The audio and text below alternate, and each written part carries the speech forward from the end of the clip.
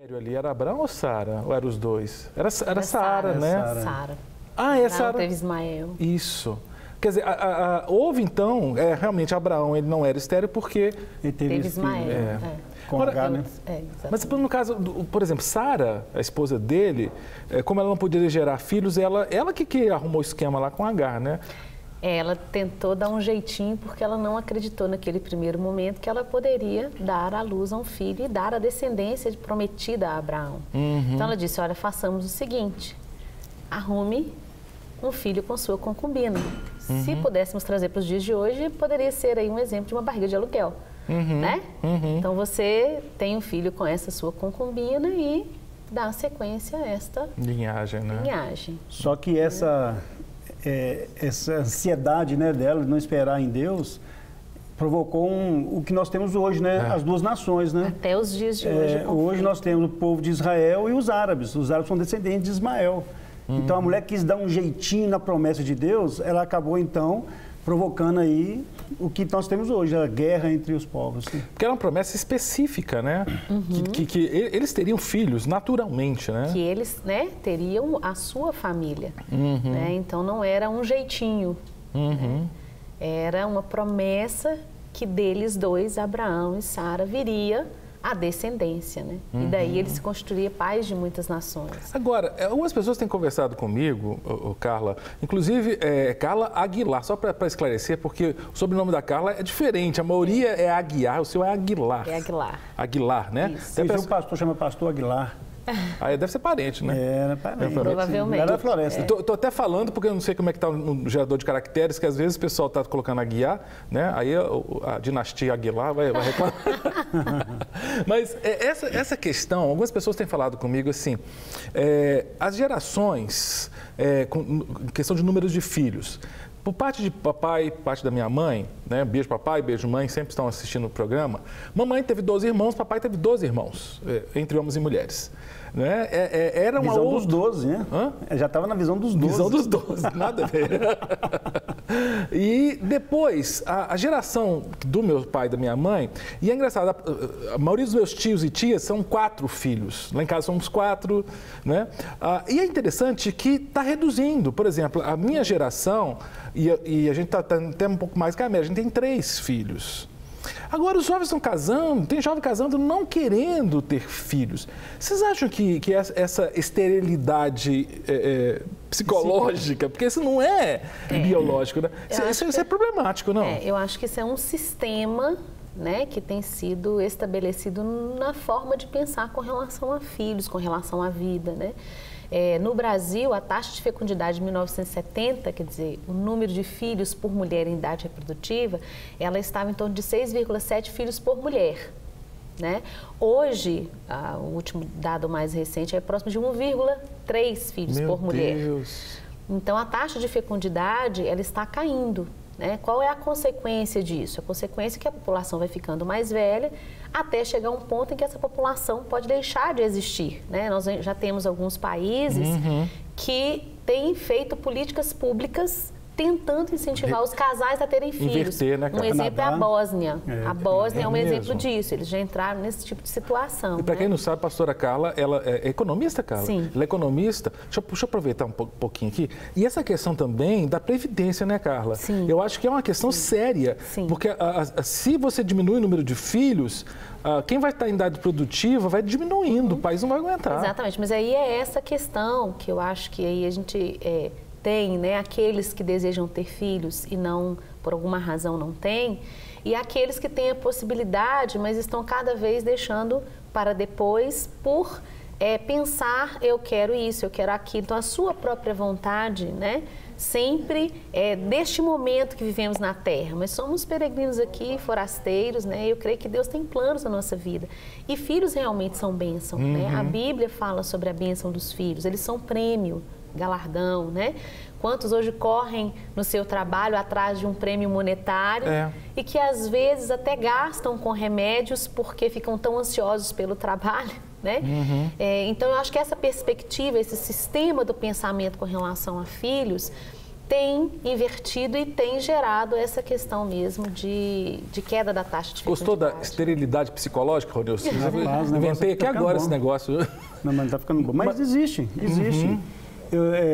Na minha clínica, eu tinha lá uma secretária que na família dela, a geração da família dela, tudo de mulheres. Ela tinha 3 tias e as tias só tinham filhas meninas e a mãe dela tinha ela e mais outra menina, 2 filhas, né? Então ela casou e ela não queria ter filho porque não queria que viesse menina. E quando ela pensou em engravidar, queria engravidar, ela não conseguia. Ela não conseguia engravidar.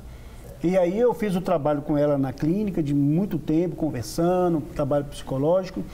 E porque na mente dela, ela não queria menina.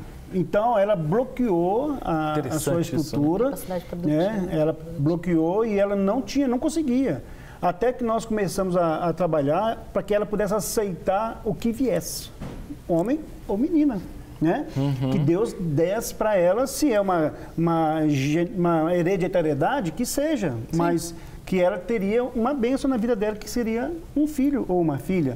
Então, quando ela então reverteu essa aceitação, e ela diz assim, não, então eu quero que Deus mandar. Se Deus mandar uma menina, eu quero amar essa menina. Se Deus mandar um menino, eu quero amar esse menino. Engravidou. Que incrível, né? E veio menino. Olha que interessante. E veio menino. Ou seja, igual a Bíblia fala, né? Agrada-te do Senhor e Ele vai satisfazer os desejos do seu coração. Veio menino, diante daquela... Ela liberou a sua parte psíquica para o seu aparelho, né, reprodutor aí, os óvulos, para funcionar e receber então a fecundação. Agora, biblicamente, eu lembro de pelo menos um caso no Antigo Testamento em que a mulher foi amaldiçoada com a perda da fertilidade. Tem uma pergunta que eu queria que colocasse na tela sobre esterilidade. A esterilidade é um castigo divino? O que vocês entendem? Não. Não é. Não. Deus permite, igual fez com Sara. Sara, quando recebeu a promessa, o Abraão tinha 75 anos de idade. Só 25 anos depois veio cumprir a promessa, né, na vida de Abraão. E você vê na vida de Raquel, quando nasceu José, depois veio Benjamim. Deus, ele pode fechar a madre com o propósito que ele tem para nossas vidas, e Deus mesmo libera a madre. Deus mesmo liberou. Então, a gente vê as histórias dos patriarcas, como Abraão, Isaac e Jacó, as mães, Sara, Raquel e também a outra, todas elas eram estéreis. Rebeca, né? Sara e Raquel. Mãe de Sansão. A mãe de Sansão também era. Isabel. Pois é. Então você vê, Ana, né? O país estava passando por um período crítico. Não havia homens de Deus naquela época. E Ana, então, gemendo ali, angustiada, ela pede a Deus e entrega o seu filho antes mesmo que ele viesse a vir à existência. E Deus, então, abençoou Ana e nasceu Samuel. Então, a gente vê, Deus, ele fecha com o seu propósito e também ele abre com o seu propósito. Mas será que Deus... pode falar, Carla. Não é que Deus está amaldiçoando aquela pessoa com aquela condição, né? Aquela pessoa, ela precisa buscar do Senhor e entender qual é a vontade de Deus. O propósito. Mas podem existir também questões de maldições hereditárias, né, que podem estar acontecendo.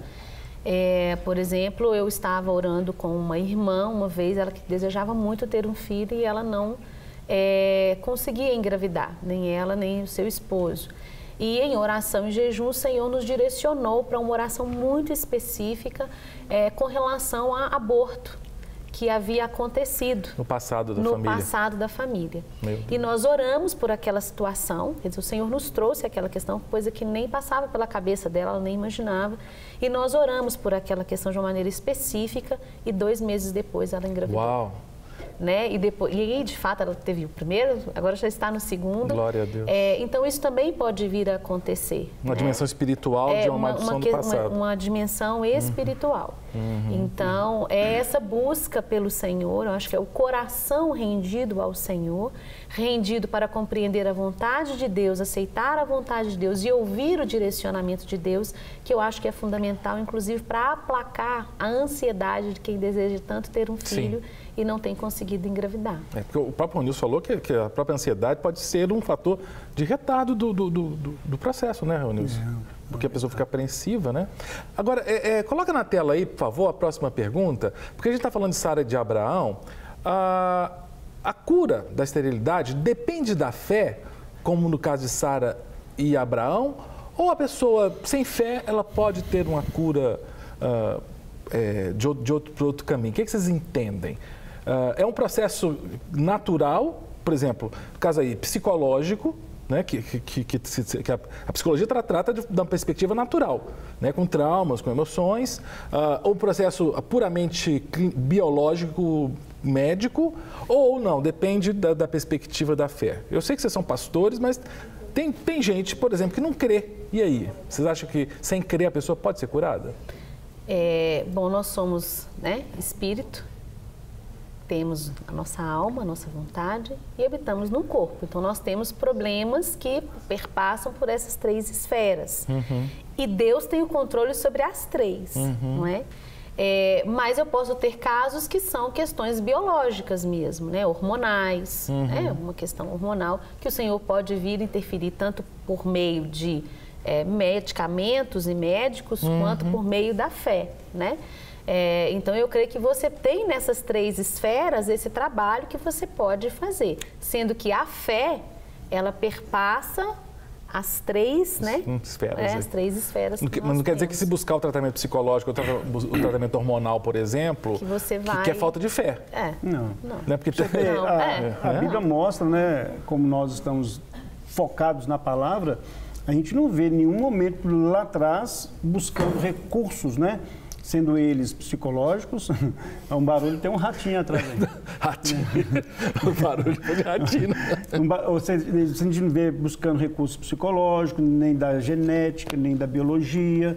Então, a gente percebe que todos eles foram através da fé e da oração, né? A oração que fizeram ali, abriram e abençoaram e tiveram seus filhos. Hoje a gente vê essa falta de fé, claro, também. A pessoa que não crê, ela não crê e ela faz ali os processos de uma outra forma. Vai um médico, vai fazer inseminação e muitas outras coisas mais. Às vezes a pessoa ela não tem a persistência de buscar em Deus a resposta e a cura, né? Lógico, os médicos estão aí, os psicólogos estão aí, como Deus me usou para abençoar a minha secretária, assim também como me usou lá na igreja de Getsêmani, com um casal que tinha vontade de ter filhos e não podiam. O que nós fizemos na época? A gente começou a ir no monte toda sexta-feira no Palmares, isso foi em 94, 95. A gente começou a ir no monte, orar. E ela então veio a engravidar do primeiro, depois veio o segundo, terceiro e o quarto. Assim, para aí, meu filho, é encher e multiplicar e encher a terra. Né? É o casal lá da Getsêmani, pastores hoje, o Renato e a Patrícia. Eles têm 4 filhos. O primeiro filho dela, hoje é um camarada que é profissional aí no futebol americano, né? Da Sada Cruzeiro. É o filho da promessa, o primeiro filho que Deus deu a eles, depois de muita oração e jejum. Ou seja, é trabalhado em nós essa questão de hoje, da dinâmica de hoje, vou procurar um médico, vamos procurar uma forma de trabalhar, né, essa minha falha, essa questão que eu não consigo. Então, vamos lidar com isso. Mas a gente crê que os recursos estão aí, né? Para receber todas as novidades do canal, inscreva-se. E se curtir o vídeo, clique em gostei. Aproveite para acompanhar a Rede Super nas redes sociais.